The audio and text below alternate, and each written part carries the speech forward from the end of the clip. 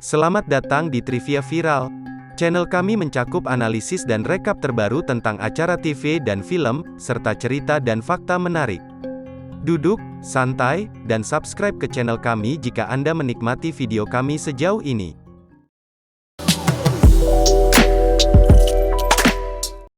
Seorang gadis sekolah menengah sedang berjuang dengan kematian ibunya dan hubungannya dengan ayahnya. Keduanya berburu sebagai hobi, dan sang ayah membidik rusa dengan sukses. Ketika sang ayah mencoba menjelaskan apa yang harus dilakukan, siswi itu memukul kepala binatang dengan batu. Sang ayah terkejut, tapi paham bahwa sikap tak terpengaruhnya mungkin karena kehilangan ibunya. Gadis itu berhalusinasi tentang ibunya untuk mengatasi kesedihannya. Dia kemudian dijemput oleh sahabatnya. Dalam perjalanan ke sekolah, mereka terpaksa berhenti ketika mobil lain hampir menabrak mereka. Gadis itu melihat seorang pecundang sekolah menanam perangkat aneh di ladang, tetapi dia mengabaikannya. Sahabatnya memintanya menjadi kencan promnya, tapi tidak berhasil. Saat makan siang, gadis itu menghindari membicarakan masalah ini, meskipun temannya menjelaskan bahwa dia hanya mengajaknya sebagai teman. Dia pergi ke kamar mandi. Dia menemukan seorang gadis tomboy bermain-main dengan ventilasi. Ia mengecek toilet ketika si tomboy itu pergi, tetapi tidak menemukan apapun.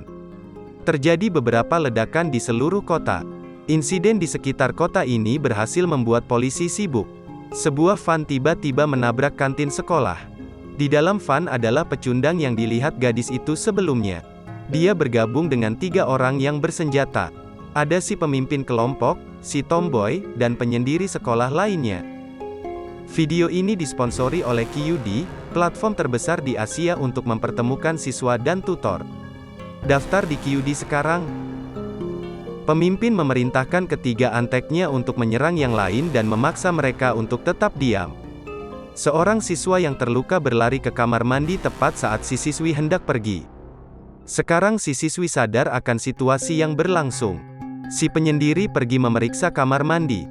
Jadi gadis itu naik ke ventilasi untuk bersembunyi. Dia mencari jalan keluar lain. Pemimpin memaksa seorang sandera menelepon keluarganya untuk mengabarkan apa yang terjadi. Dia kemudian membiarkan semua orang menelepon orang yang mereka cintai, tidak peduli jika kabar itu sampai di polisi. Si sahabat memiliki akses ke halaman Facebook sekolah, jadi dia ditugaskan untuk memberikan siaran langsung tentang situasi tersebut. Si gadis jatuh dari ventilasi. Suara itu menarik perhatian penembak, dan 1 orang pergi ke dapur. Seorang pekerja kantin berdiri sehingga si gadis tidak ketahuan.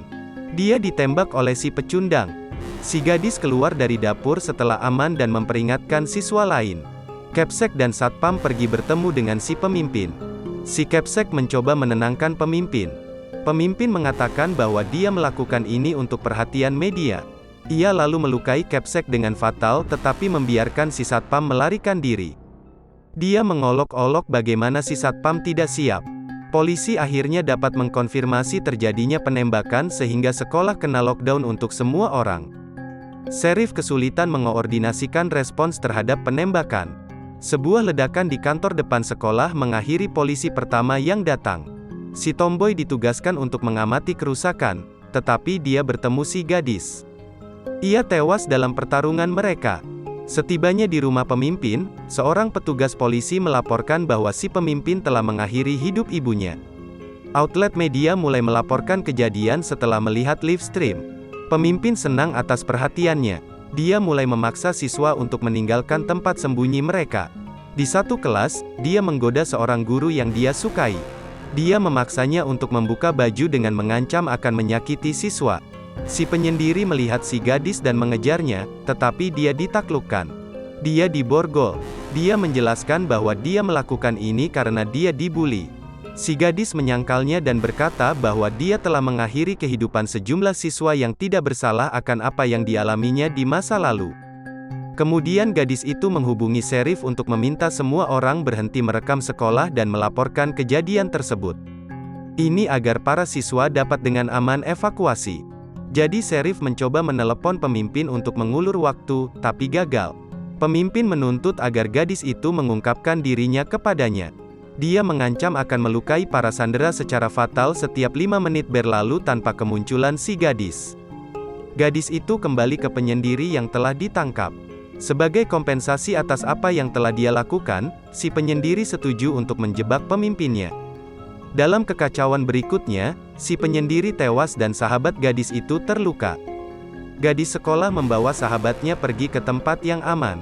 Dia mengungkapkan bahwa dia juga memiliki perasaan untuknya.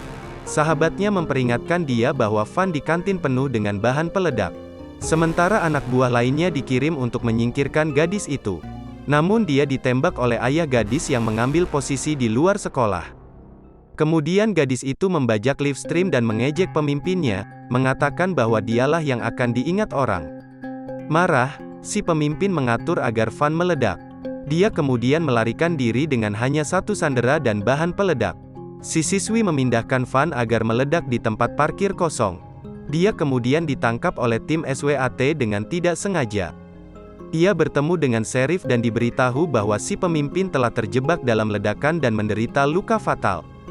Dia dan ayahnya kemudian bertemu dan setuju akan memperbaiki hubungan mereka. Setelah itu, dia melihat pemimpin melarikan diri dari sekolah ke hutan setelah memalsukan kematiannya. Dia ambil senapan ayahnya dan membidiknya. Berdiri di atasnya, dia mengatakan bahwa si pemimpin pantas menerima nasibnya atas apa yang telah dia lakukan. Apa pendapat Anda tentang cerita ini? Beritahu kami di bagian komentar di bawah. Subscribe jika Anda ingin melihat lebih banyak video serupa dan beri kami jempol untuk mendapatkan lebih banyak rekomendasi video kami.